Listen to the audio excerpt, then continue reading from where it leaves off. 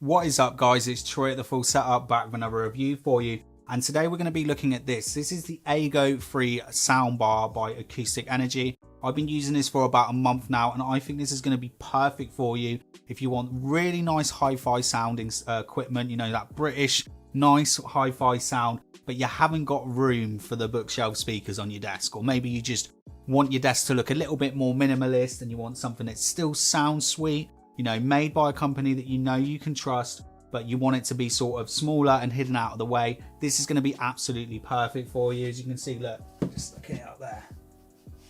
It looks real sweet. It's just straight out of the way. It's just, there we go. That's all you got. You don't have to deal with all of that. I still like that because that looks good. But if this is what you're after, I definitely think this is going to be for you. So we're going to take a closer look in a minute.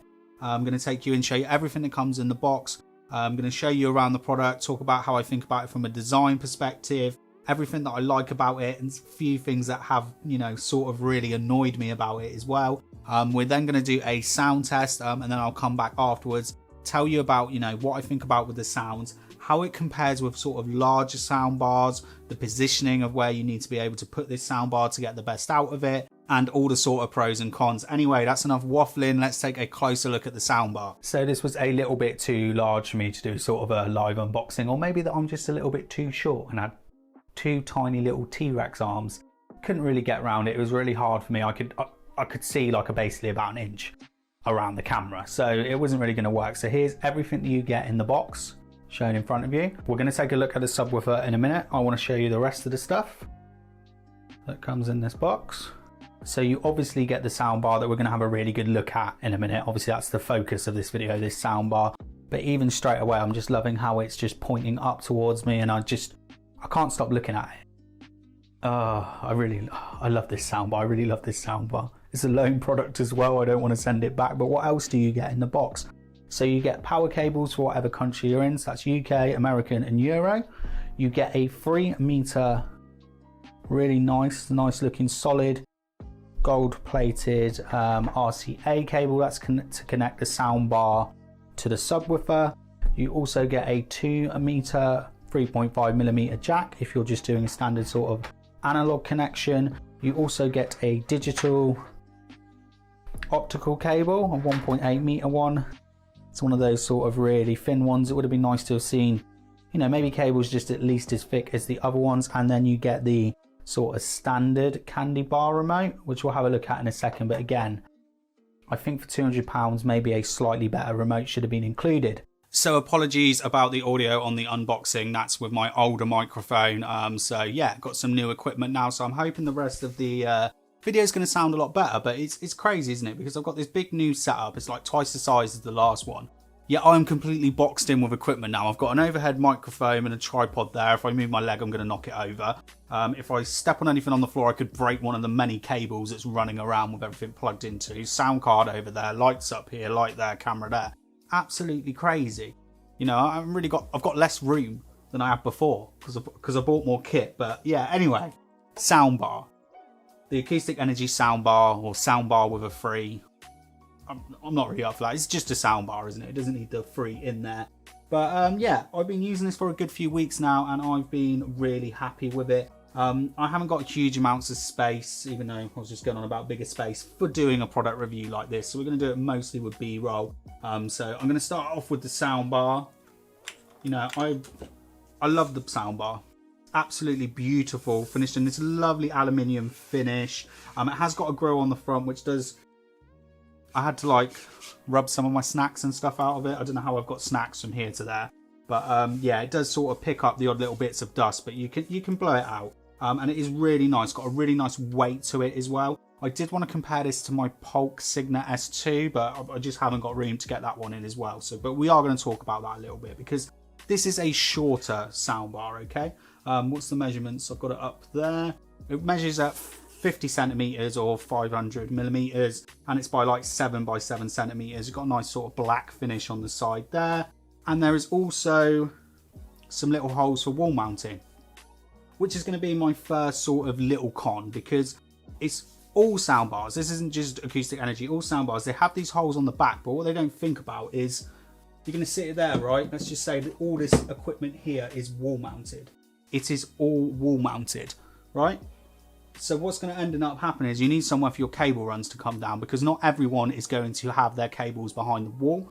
So what I would love to see all soundbar manufacturers start including is an actual another bracket, because if you just had a little bracket that takes this about an inch off the wall, that leaves it absolutely perfect for you know, putting in those sort of bits of trunking. I've got some like silver trunking over there which goes all right with a grey wall. Now there is also an RCA connection on the back. That is what goes directly to the subwoofer. Now I don't know if you can see there the smaller ends on it. Again, there'll be some B-roll footage. If you wanted to replace this with your own shorter cable, maybe it's because you didn't want a long cable run or cables going down the back of your desk, you are going to find the RCA cables with big plugs on them, like the SKW ones I've got. They're not going to fit in this properly because it will end up not sitting quite back. So it won't sit quite back like that. And this brings me on to my next little thing with the soundbar as well. This is just, it would have been nice to see. It would have been nice if you can have it facing that way as well, for people that don't want it tilting up. The tilt up isn't always going to be the perfect position for everyone. And it doesn't, it just falls back because of the balance is off. I feel like if it was maybe just a touch bigger, or there's some sort of weight going on in here, there's something where it's weighted, you'd be able to have it both ways. So you could have it that way and that way. Really nice little feature that I would like to see. But yeah, this is very nice. We're going to do a sound test in a minute and talk about the audio. But yeah, it does look fantastic. So you'll see I've got it positioned on top of my like IKEA monitor riser. I think that's the perfect position. This is designed so it sort of shoots up at you, because the soundbar is going to be flat forward, so it's going to sort of hit you in the gut here.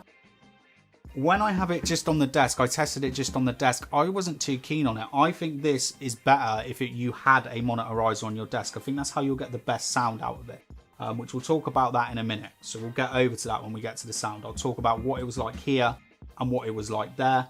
Moving over to the subwoofer then. Which brings me on to the con, and this is going to be a nightmare because we don't have the remote.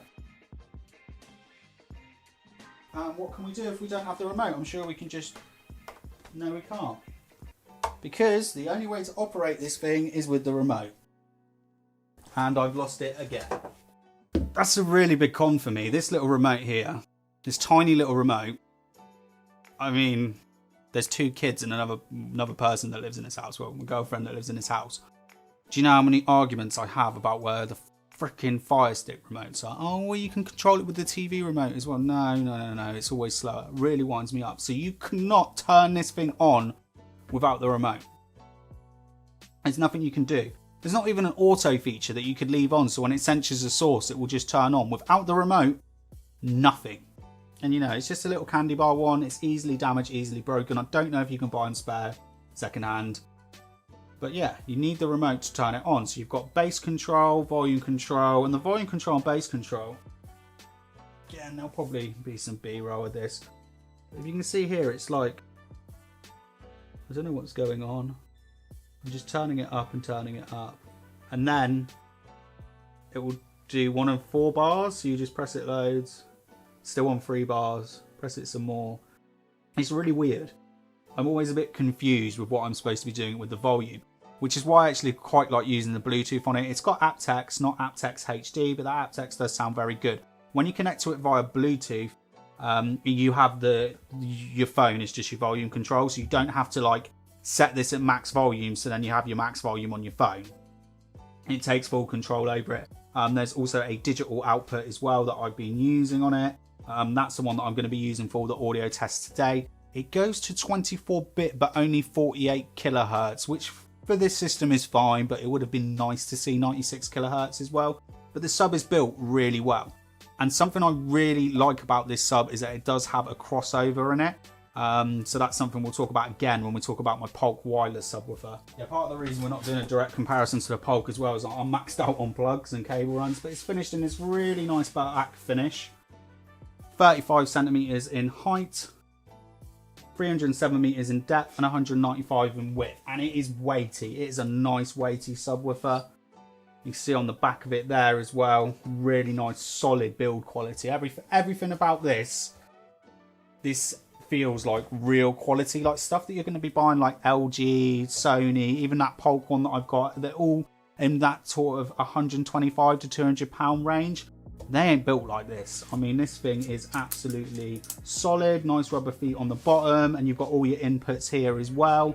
One thing that you just want to make sure when you do install it is that all your cables are running out that way, because I think my aux cable was running like that underneath it.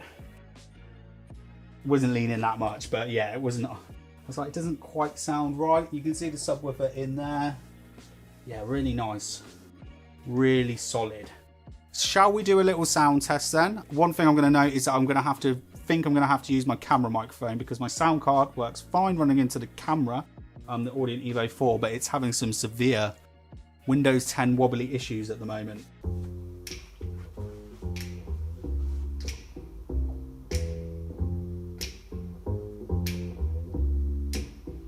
I'm gonna fight them all. A 7-nation army couldn't hold me back. They're gonna rip it off, taking their time right behind my back. And I'm talking to myself at night because I can't forget. Back and forth through my mind behind a cigarette.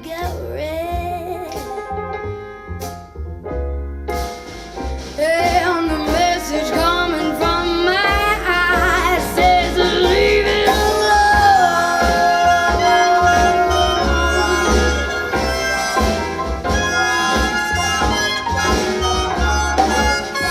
Don't wanna hear about it. Every single one's got a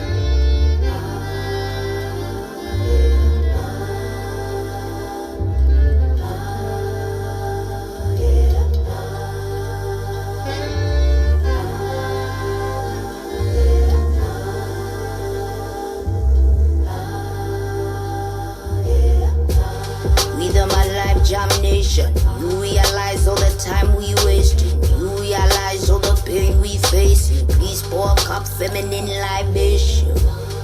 My gosh, we raising. Please sympathize all the lies we raising. Please realize all the time. Feel my Mali energy. Drank a couple quarters on my chorus, then I code up. If I rule the world, money stacks for all my daughters. Never asked for payment in the womb ×9. Now we see the blood on the street ×try. Feminine energy, balance up the indestructible in the vaginal. Heaven in thine, heaven is mine. Spiritual, lyrical, mother sang sweetest taboo, rickle kind. If I was astonished by the level of shame, feminine energy, energy reign. Intuition and ambition, intuition strain. Intuition and ambition running through my veins.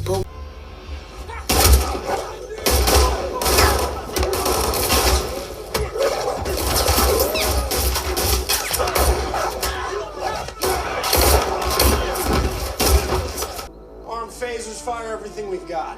Yes, sir.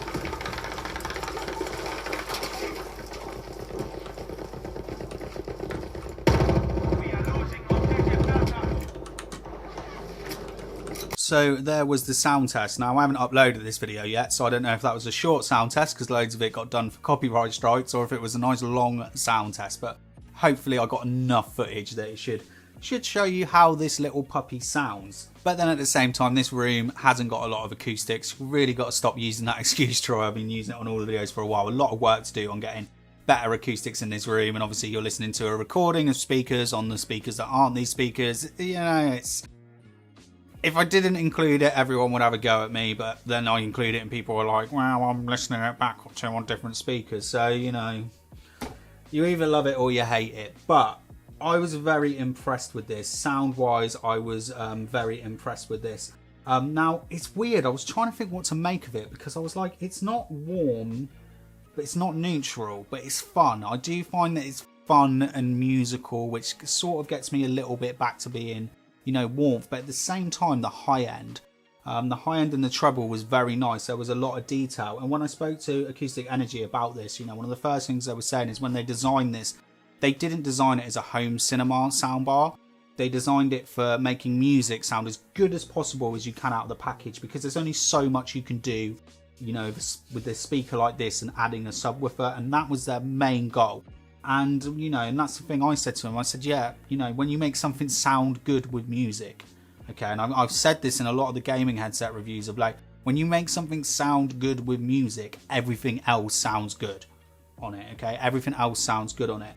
And I would personally, even though I haven't tested them, I would take this over the likes of sort of gaming RGB orientated soundbars, or like, you know, virtual 5.1 soundbars from Creative and Razer, because of their pedigree of who they are, because of who Acoustic Energy are. They're an audio first company, and then just the build quality as well. When you look at like the subwoofers that come with, especially the Creative ones, they look sort of very thin wood, and just the design and stuff, just the general build quality. But build quality doesn't mean everything, because you could make this look absolutely gorgeous and sell it to a load of Apple Mac users, iMac users, and even if it didn't sound very good, the Apple, you know, the iMac users are still going to be stuck up themselves. So, but it does sound good. It does sound very good. If there was anything that I would want from it a little bit more, and I think that's just the fact that it's not a full range, you know, little bookshelf speaker, is a little bit more in the mid-range, just a little bit more punch, and just sort of how it goes from the lower mid-range into the bass.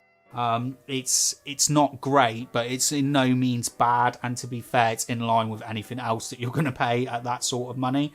There's a reason why good subwoofers cost upwards of £1,000, you know, or £500 and up to get yourself a very good subwoofer. So, but this really does the job, and it does punch very well. I did like the punch on it, but there was just one little complaint that I've got that compared to the Polk one. I haven't even got the Polk remote because I've lost that remote as well. One thing I would have liked this to have is sort of a loudness setting on it, which is for early mornings and late at night, because I do find that I can have this a little bit louder. It feels a bit louder than I can have those, especially being on lockdown at the moment, before everyone upstairs is complaining that I've got the music on too loud while they're trying to watch TV and stuff like that. But I do find that I was messing around with the bass quite a bit with this. So it's got like 4 bars for the bass, so 4 settings. And I found that when I was listening to it loud, I would have it at 2. But when it was at quieter, I would have the bass turned right up. And that is because I just found when it was at slightly lower volumes, but still with a good sound, everything just sounded just a little bit hollow. It just sounded like there wasn't, something was missing, and it was the bass. That was what was missing. Now, I said that I had it up here, and there is a reason that I had it. The reason I had it up here is because how I'm sat, I need to stay in line with where the mic is. It was doing all the audio here. There was a very nice soundstage from that. That's sort of where it was picking everything up. And as soon as I dropped it down here, it really did feel like it's pushing audio up at me instead of being in front of me. So that's one thing to take into an account. I think if you're going to have this flat on the desk, you might find the same thing as me. It feels like it's really shooting up at you, but then any other soundbar you're going to put on your desk is going to sound even worse, because it's literally going to be doing that. So it's just going to be hitting you straight in the gut. So yeah, I do think it's at its best when it's elevated slightly and then it gets me on the ear. And the soundstage is very good as well. Even when I was stood at the back of this room, it still sounded very nice. But if you are someone that wants, you know, a wider soundstage, who does like, you know, the stereo sound, then I would go for their 2.1, because you can put them a little bit further away. So you could have like one here and one over there. Now, compared to the Polk Signet S1, so the Polk is quite a long soundbar. That is better for movies, and I'd say that's better for movies, especially in a larger lounge, because of, again, soundstage. But this thing still does sound very good, and it's going to sound better than your TV speakers. But when I spoke to Acoustic Energy, you know, they agreed with me as well. You know, in the discussion that we had, that this is a either desk soundbar system or it's something that you would use in a bedroom. It's something that complements, you know, Acoustic Energy makes some very high-end speakers. So this is that sort of system that if you are into like audiophile gear or into hi-fi gear, this isn't your main speaker, but this is like a secondary one, because you want that something from a hi-fi company, so it's got a bit of hi-fi sound about it as well. That's where this is for. This isn't going to be your main sound system, but it does pack the room quite well. I mean, it goes very loud. It sounds very good for music. Not that there's been a lot of people around because of lockdown, but yeah, a couple of people have mentioned that have come round to see me that it's, you know, it's very nice sounding, and they've been quite impressed with it. Now, one thing I do love about the subwoofer that I didn't like on my Polk one is wireless subwoofers. Okay, you're going to say for £200 that you can get one with a wireless subwoofer. I know that's what people are going to say. I want a wireless subwoofer. I want a wireless subwoofer. You don't always want a wireless subwoofer. So because any soundbar, it's not going to have huge amounts, you know, it's not going to compete with a 5.1 surround sound system. You may well be thinking that you would put a wireless subwoofer by the side of your sofa. So you would have your soundbar over there, subwoofer sat down here. The problem you are going to find is you need to find out if whether the manufacturer you're buying it from, if the subwoofer is full range or if it has a crossover. So the Polk one is full range, which means when I actually had it, I've had it down the side of the sofa, and I also had it under the bed now that it's in the bedroom. And I could hear all of the other sounds that aren't supposed to come out of a subwoofer coming through the subwoofer. This has a crossover in it, so you are really going to hear mostly just bass. So if you did want to get quite a long cable, and you did want to have this closer to your bed, this is actually much better. This would be much better for you because it has a crossover. So that's one thing that I did really like versus the Polk one as well. So that's about it really. I've enjoyed using it. I'm very annoyed that I've got to send it back. I do understand that I don't get to keep everything, but I would love to keep this because I want it on the second desk over there. I think when you get the right positioning for it and you get your sub in the right position as well, it does have a very, very good sound to it. And I think it's going to be very hard to find something close for the money. £200 I think is fantastic value for what you're getting when you're taking in the build quality, the sound, that British hi-fi sound.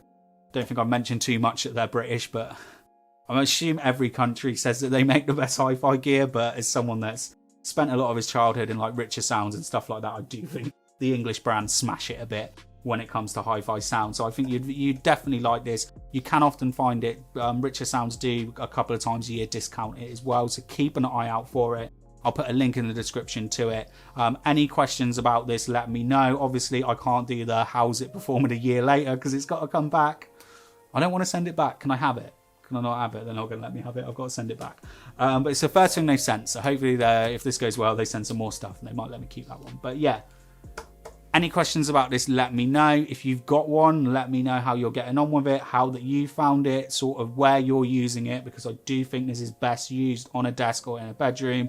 Yeah, that's it from me today. As always, can't seem to end the video and keep on waffling. So don't forget to like, don't forget to subscribe, and I'll be back real soon.